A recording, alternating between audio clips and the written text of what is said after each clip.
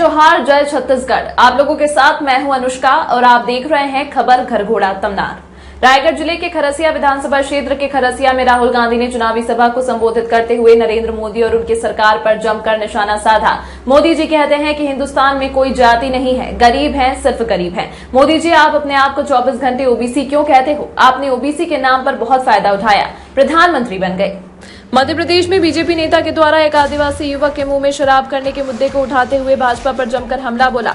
राहुल गांधी ने कहा कि यह वीडियो मैंने देखी जिसमें आदिवासी युवक के मुंह पर बीजेपी के नेता पेशाब कर रहा है। मोदी जी को ललकारते हुए कहा कि आप डरिए मत और जाति जनगणना के बारे में देश को बताइए। उन्होंने आगे कहा कि इस देश को सांसद नहीं नरेंद्र मोदी और उसके 90 अफसर चलाते हैं। उनमें कितने प्रतिशत ओबीसी और कितने आदिवासी हैं? आदिवासी का अर्थ बताते हुए राहुल गांधी ने कहा कि आदिवासी वे लोग हैं जो हिंदुस्तान के पहले मालिक थे। आदिवासियों की जमीन हुआ करती थी जिन पर आदिवासियों का पहला हक है। 20 साल में जंगल खत्म हो जाएगा, तब उन्हें कहेंगे चलो शहर में जाकर भीख मांगो। कल ही अमित शाह द्वारा छत्तीसगढ़ के लिए घोषणा पत्र जारी किया गया और उसे मोदी की गारंटी कही जा रहा है। मोदी की गारंटी मतलब झूठ है। हमने धान 2500 रुपए में खरीदने को कहा और किया, अभी 2640 रुपए प्रति क्विंटल दे रहे हैं। ये किसानों के बिना मांग दे रहे हैं। मोदी जी ने पेशा कानून बंद कर दिया। छत्तीसगढ़, राजस्थान, हिमाचल जहां हमारी सरकार है वहां आदिवासियों की जमीन उन्हें पूछे बिना अधिग्रहण नहीं की जाती। उन्होंने चुनावी सभा को संबोधित करते हुए नंद कुमार पटेल के सुपुत्र उमेश पटेल को जिताने की अपील की। मंच पर रायगढ़, रेलूंगा, धर्मजयगढ़, सारंगढ़ के प्रत्याशी भी रहे, लेकिन उनके लिए वोट नहीं मांगे जाने को लेकर चर्चा का विषय बन गया है। 2013 से 13 में भी यहाँ आए थे, 2018 में भी यहाँ आए और अभी 2023 में भी उनका आगमन हुआ है और पिताजी के साथ उनका बहुत करीबी संबंध रहा है और उनके भाषणों से ये समझ में आता है।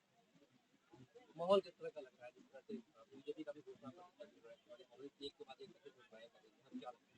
देखिए, चुनाव के बारे में बोलना अभी बहुत जल्दबाजी होगा, लेकिन ऐसा लग रहा है कि कांग्रेस के प्रति रुझान है। घोषणा पत्र का कितना असर होगा? देखिए, बीजेपी के साथ एक प्रॉब्लम है कि उसने 2003 में, 2008 में और 2013 में जो वादे किए थे उसको वो पूरा करने में असफल रही और उसके कारण से मुझे लगता है कि लोगों का विश्वास कम है और कांग्रेस ने जो वादे किए थे वो पूरे किए हैं।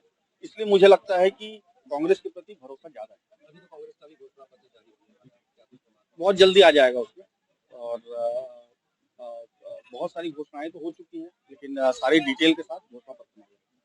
Thank you. लाखों एकड़ जमीन चाहिए, लाखों एकड़ लो, कोई ग्राम सभा से पूछने की जरूरत नहीं। वहां पे उन्होंने मूर्ति बनाई, सारे आदिवासियों से बिना कोई कॉम्पनसेशन, बिना कुछ पूछे जमीन उठा के ले गए। अदानी जी को पकड़ा दी, स्टैचू बनाने में लगा दी। स्टैचू बनाओ, जरूर बनाओ, मगर जो आदिवासियों का हक है, जो उनकी जमीन है, उसका कॉम्पनसेशन उनको दो, उनसे पूछ के जमीन लो। ये उनकी सोच में, हमारी सोच में फर्क है। अब देखिए, आखिरी बात मैं आपसे कहना चाहता हूं, यहां पे नंद कुमार पटेल जी के बेटे चुनाव लड़ रहे हैं। इधर आओ। अब मैं आपको एक चीज बताना चाहता हूं और ये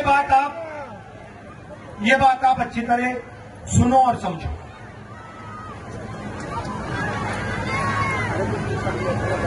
इनके पिता की हत्या की गई, इनके पिता शहीद हैं।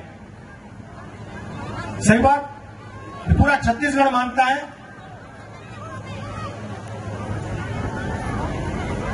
अगर इनके पिता की मृत्यु नहीं होती तो इनके पिता आज चीफ मिनिस्टर होते। ये सच्चाई है। अब मैं आपको इनके पिता के बारे में कुछ कहना चाहता हूं। मैंने कांग्रेस पार्टी में बहुत नेता देखे हैं,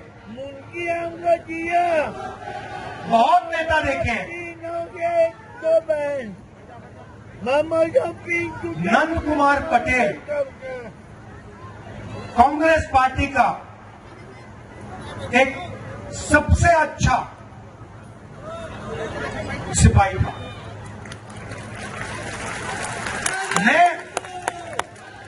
मेरा उनसे परिचय कैसे हुआ मैं आपको बताना चाहता हूं।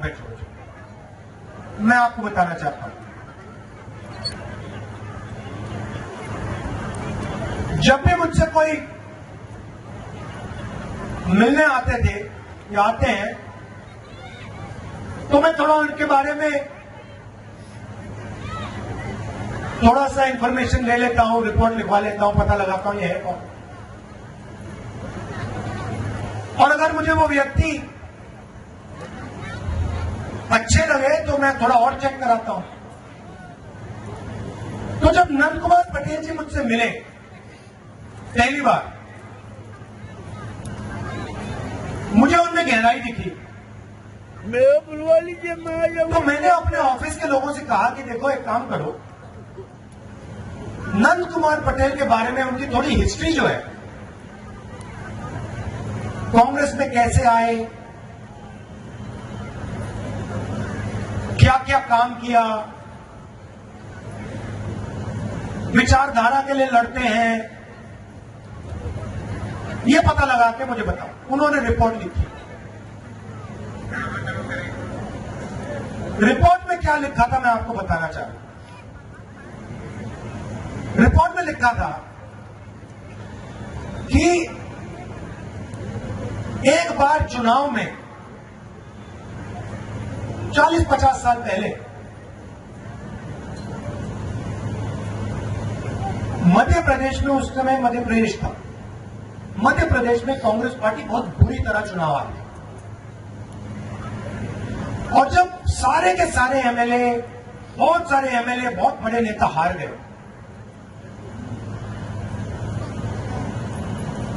तो कांग्रेस के जो सीनियर नेता थे, इंदिरा गांधी जी थी, उन्होंने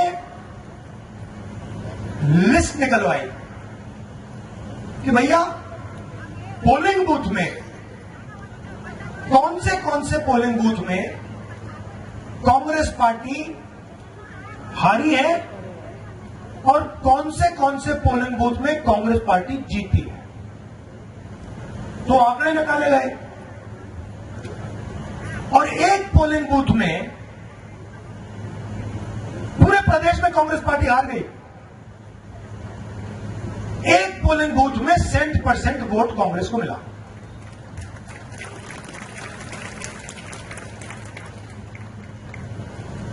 फिर इंदिरा गांधी जी ने कहा भैया ये कौन सा बूथ है और ये कौन है जिसने इस चुनाव में, जहां सारे के सारे सीनियर नेता हार गए, ये कौन है जिसने अपने गांव में कांग्रेस पार्टी को 100 में से 100 वोट दिलवाए। सुनो, तो फिर दिल्ली से एक आदमी आता है, नंद कुमार पटेल के गांव में जाता है, बिना नंद कुमार पटेल को बताए, और कहता है कि भैया यहां पे तुम लोगों ने कांग्रेस को वोट दिया। सारे के सारे लोगों ने कांग्रेस को वोट कैसे दे दिया?